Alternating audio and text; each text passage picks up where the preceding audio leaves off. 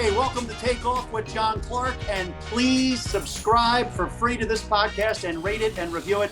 And we've got a special guest. Every year we look forward to talking with him leading into the NFL draft. We are now less than 3 weeks away. Daniel Jeremiah from NFL Network. I say their best draft analyst. Always good to catch up with you around the draft. Good to see you, man. I long for the days where we get to do these in person, like the old days. Maybe soon, maybe next year. I know, I remember that. And I was trying to remember, I think we made a bet in Dallas before the NFL draft, but I can't remember what the bet was. And I probably lost. That's why I probably can't. Now I'm gonna rack my brain because I feel like you might owe me something here. Dang, I gotta remember what this is. I probably owe you a steak dinner, but that's probably when this is all over. That's all right. That's all right. We'll get there. All right. So your latest mock draft, you're on the clock. Who are the Eagles taking at 12, do you think? Well, I think they go in a couple different directions. Where they moved out of 6 and position themselves in 12, I think they're in a pretty good spot for the top corner potentially, or you're looking at maybe the top edge rusher. So there's a couple different ways they can go. But I would think if Patrick Surtain, the second, is there, you just turn in the card. It's just, to me, he's a high floor, high ceiling guy, and you put him opposite of Darius Slay, and off you go. He's just a clean. I mean, I think last year we'll see how it works out with Rager. It was a little bit of a risk, and so far the returns haven't been huge. To me, I think maybe putting this one right in the middle of the fairway with somebody like Patrick Surtain the second would be a good move. So for you, Patrick is the best cornerback in the draft? For me, yes, is where I have him right now, John. If Farley didn't have back issues, I would have him as the top corner. I think he's the most talented guy. But when you start having issues there, to me, it's just in a year like this where it's weird. I don't get as much medical information. I just played it safe, and I went with Pat Surtain over J.C. Horn as well. And J.C. Horn is right there. So I have those guys very close to each other, and to me, I wouldn't have any problem with either one of those. To me, I think those are just outstanding players, and they've done it in the SEC against really top-notch competition. They're complete corners; they can run. Yeah, I wouldn't have, to me, it's splitting hairs. If you go Surtain, some teams might like J.C. Horn. I don't think there's a wrong answer. Now, on your mock draft, you have the Giants taking one of the receivers right ahead of the Eagles, Devontae Smith, but Jalen Waddle could still be there for the Eagles, but you would go corner, or do you think they're going corner? Well, I mean, Waddle's my 5th overall player, so he would be my higher rated player, but I just don't know if they can afford to keep going back to the well of the skill position guys like that on offense. When you look at some of the marquee positions that need to be addressed, again, you're looking if they wanted to continue to add to that offensive line, even though some good pieces in place there, edge rusher, corner. To me, it would just be hard to keep going back to that well and not getting some of those premium positions. And the Eagles, I mean, look, last year everybody lost their minds because I thought there was a real chance they might finally take a linebacker in Kenneth Murray, and they didn't in the first round. They usually fall back in the trenches, and they've gotten away from that a little bit, and I think they go back to it now. All right, so you're not thinking they go Micah Parsons and take that linebacker first time in over 4 decades? I don't think so. I thought last year, that was really a real possibility there. And I thought where they were positioned and Kenneth Murray, what he would bring, I thought made a lot of sense. Again, Parsons has a ton of ability, but I don't necessarily see that being a match for the Eagles. So are you thinking there is no chance that Kyle Pitts or Jamar Chase is still there at 12? I mean, look, crazy things can happen, and if we see 5 quarterbacks come off the board, which I think is a real chance, we have 5 gone by the time the Eagles pick, you mix in a couple tackles, I guess there's a possibility. I think the corner run would have to take place. Probably 2 or 3 of the corners would have to be gone in order to push one of those guys down. But I've yet to talk to a team that isn't enamored with Kyle Pitts. So for him to make it there, I'd be shocked. And we are really looking forward to your draft coverage on NFL Network. And you can follow Daniel at Move the Sticks. You've also got Move the Sticks podcast. When you looked at Howie Roseman's move to move back from 6 to 12, you get that first rounder next year. But give me an idea. Would you have done that if Kyle Pitts or Jamar Chase is available to you at 6?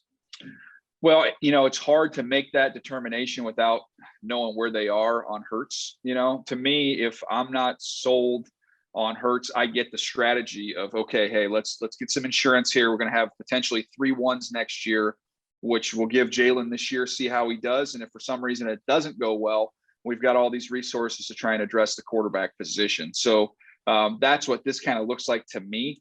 Man, if you really, really, thought, okay, we've got something here with Hurts, it'd be hard for me to pass off the opportunity to get somebody like a Pitts or a Jamar Chase. To me, more Pitts more so than Chase, just because he's a unicorn, man. Like he's literally the highest grade I've ever given to a tight end. So the guys like that don't come around very often.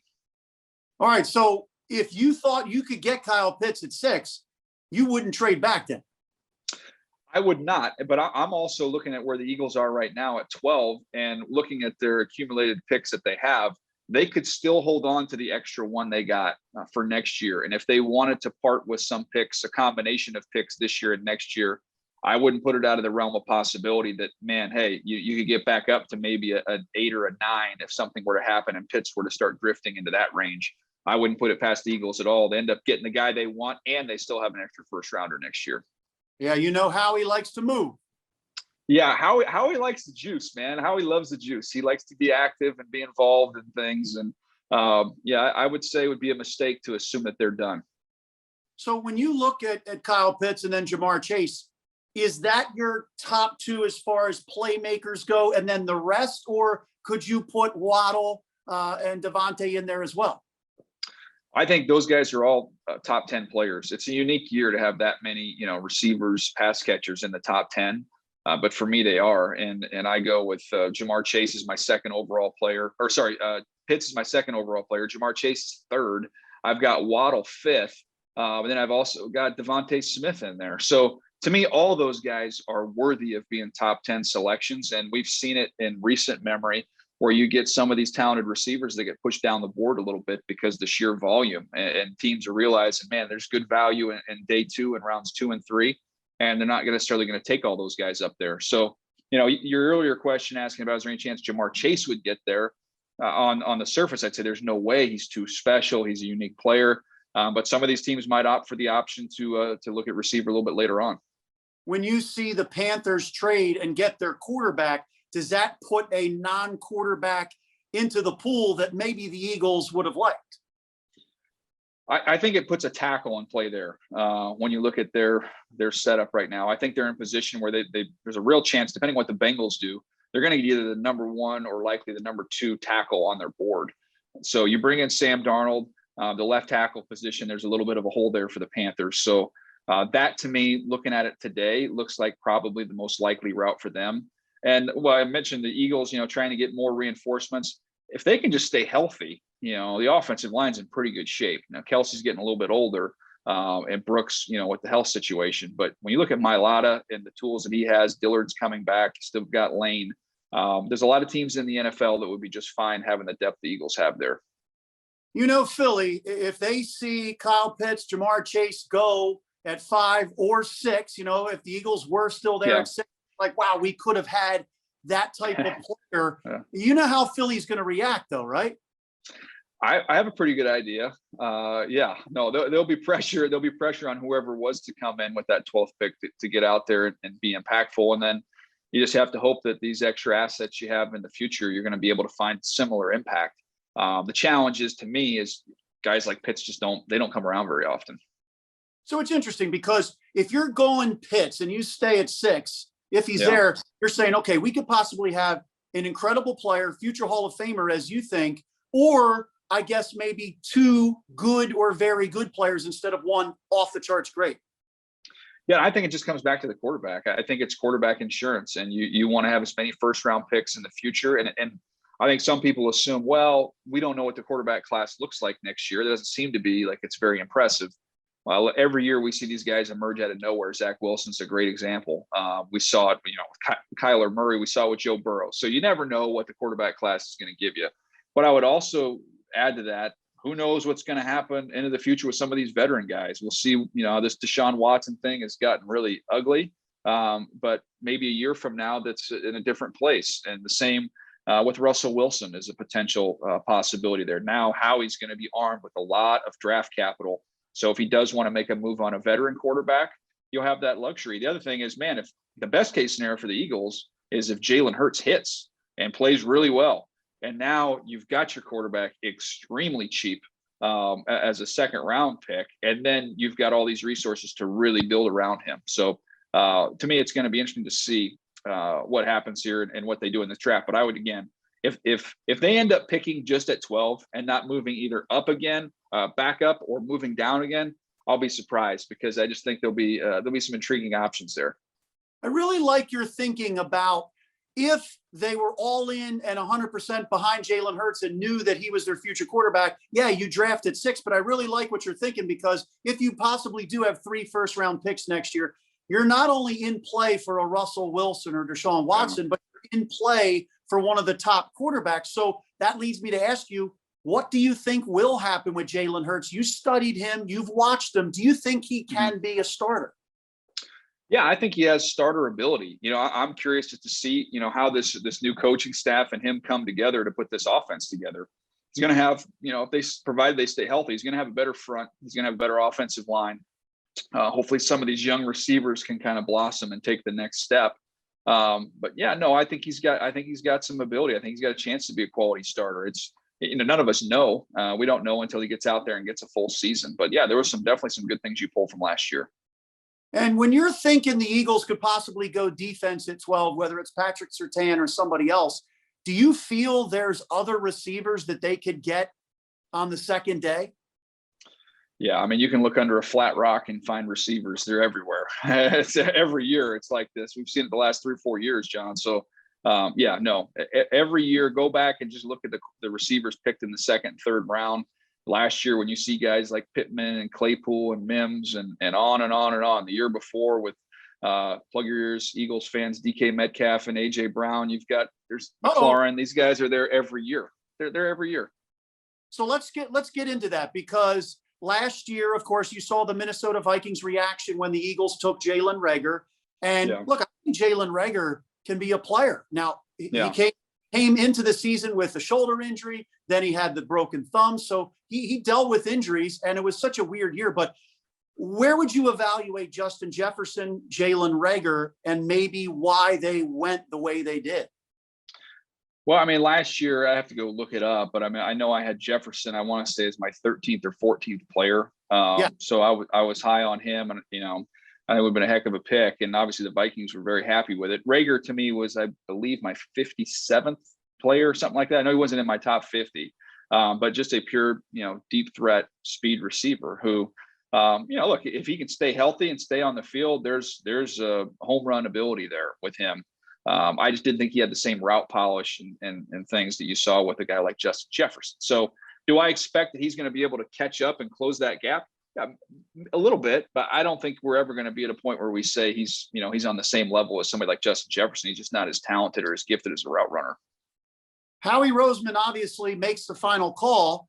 And if you believe a lot of the stories out there, that a lot of the scouts liked Justin Jefferson, and then coaches, maybe Howie and others, like Jalen Reagor. How tough of a call is that for Howie Roseman when maybe the coaches and Howie believe you need that speed on the outside, West Coast offense? It opens it up for the tight end, running back, and stuff like that. Yeah, I mean, that's the challenge. That's why it's a hard job. You're trying to balance between, where you are as a personnel department and what you feel, and taking input from coaches about what they need and how it all works together. And, sometimes, ideally you'd like to all be on the same page and say, okay, we agree, coaches, personnel, this is our guy, let's go. But there's other times where you don't. You have a disagreement, and you've got to make that call. And I'm sure, we don't know the examples, but I'm sure there's been numerous examples where it's happened in the past, and we didn't know about it. And that's a situation where, who knows what the actual truth is. But look, Howie knows it. He'd be the first to tell you the buck stops with him, and he's ultimately responsible. It's his decision, and he's got to take in all the information and do the best that he can. Philosophically, with the other receiver that they took, JJ Arcega-Whiteside, the year before, it's interesting because a lot of times they do look for the production. JJ Arcega-Whiteside had a bunch of touchdowns in that draft. DK Metcalf did not have the same production as far as touchdowns. But then when you compare that to Reagor and Jefferson was the one with all the production, and Reagor didn't necessarily have it. So do they kind of have to get on one sort of philosophy when it comes to drafting a receiver?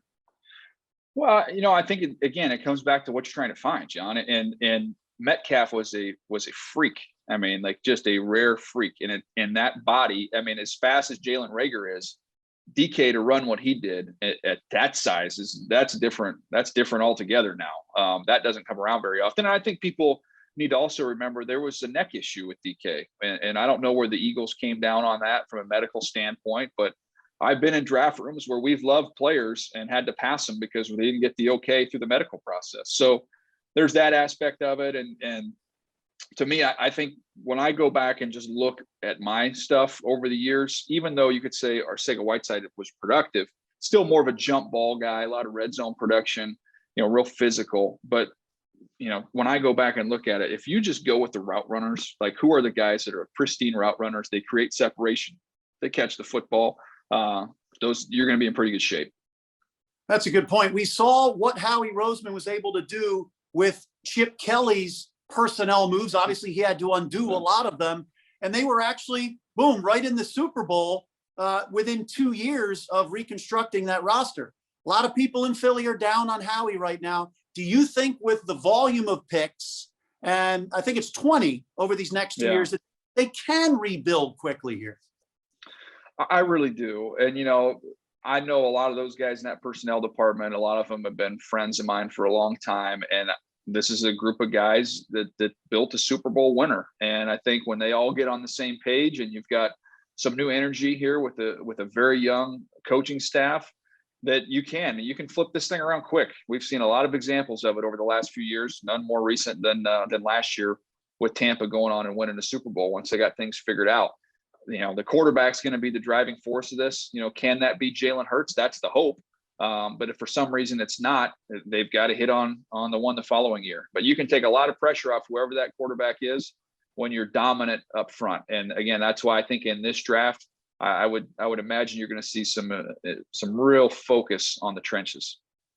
You, of course, were an Eagles scout about a decade ago, working in the organization. Some people say Eagles owner Jeff Lurie is more involved now. What was your experience with Jeff Lurie and ownership being involved in the draft process? Yeah, Mr. Lurie was always involved. I mean, he was always in the draft room. He had the binder in front of him with all of our reports, and he was going through, with a pen or highlighter or whatever he had in there. He was always invested in the process. So I think that's kind of it's a little naive, I think, to think that this is all new, that this is, that Jeffrey's just now paying attention. He never, when I was there, I was only there for 2 years, but Jeffrey never, heavily influenced a decision that I was aware of.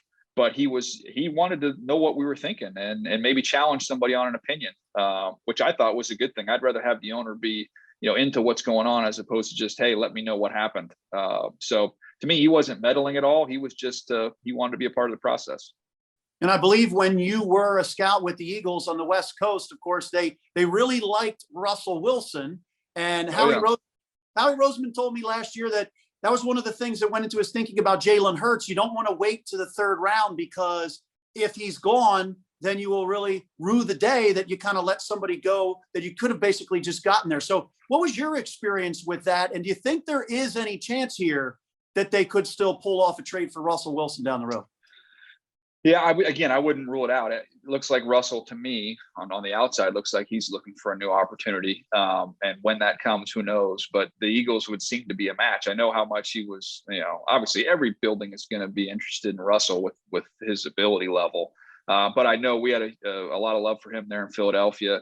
To me, I think there is something to that of we really liked him and we thought, nobody else is going to take this guy in the third round. We're going to take him in the third round. And it turns out he got, picked right in front of him. So right in front of us. So I always tell though people in the last couple of years, that used to be one of the saddest stories in the draft was, man, wanting Russell, not getting him. And then we get Foles. And even though he went out and came back, Foles ends up, being the Super Bowl MVP. So at least there's a little happy ending there for the Eagles fans. Are there any other good draft stories from your days with the Eagles that fans listening to this would be interested in? Oh man, John, that's a good one. No, I can remember, just Fletcher Cox that year. That was universally kind of everybody's guy that year. So there was a lot of excitement when we were able to get that done and position ourselves to get that pick. So That was a celebration. There's times in the draft room where you have high fives. There's other times where you kind of look around the room and you're like, well, he might like this pick, but this guy over here is not happy. Fletcher Cox is one of those universal. Okay, yeah, we're all on board with this one. Hey, how about what's going on with the quarterbacks around the league over the last couple of years? You're seeing so many top 2 and top 3 picks changing teams. Part of that is teams saying we can upgrade at the quarterback position, but some of it is also guys wanting to leave and wanting out, like Carson Wentz, Deshaun Watson, maybe even Russell Wilson. Is this kind of the craziest, most tumultuous period you've seen with good young quarterbacks?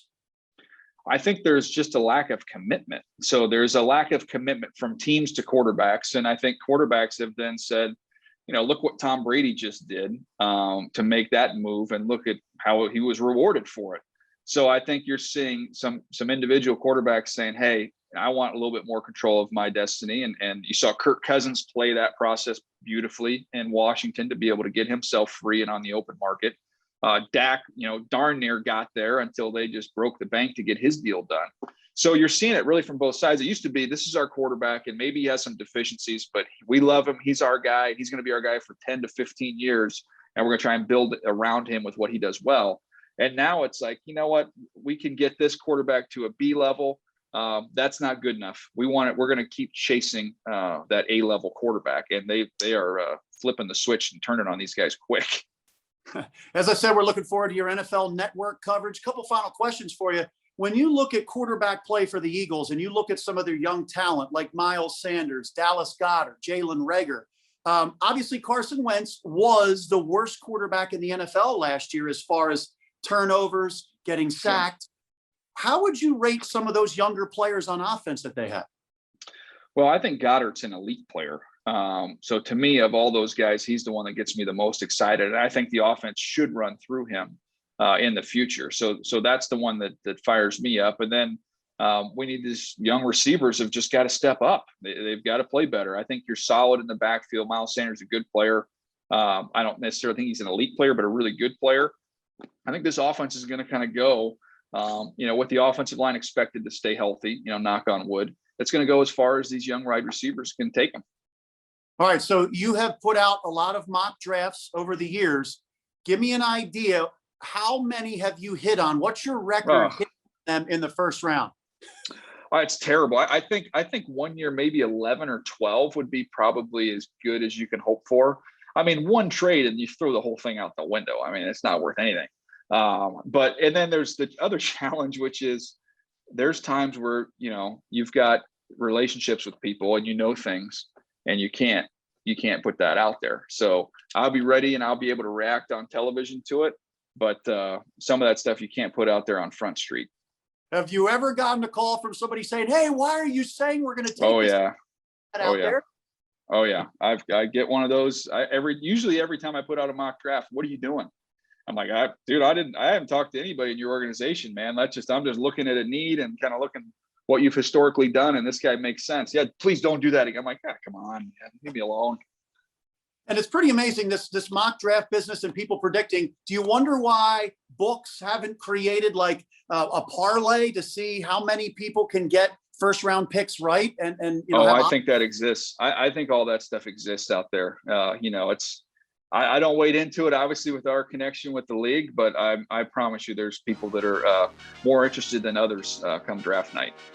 All right. Well, we're looking forward to it. We're less than 3 weeks away. Once again, we'll see you on NFL Network, and it's Move the Sticks on Twitter. It's Move the Sticks on podcast.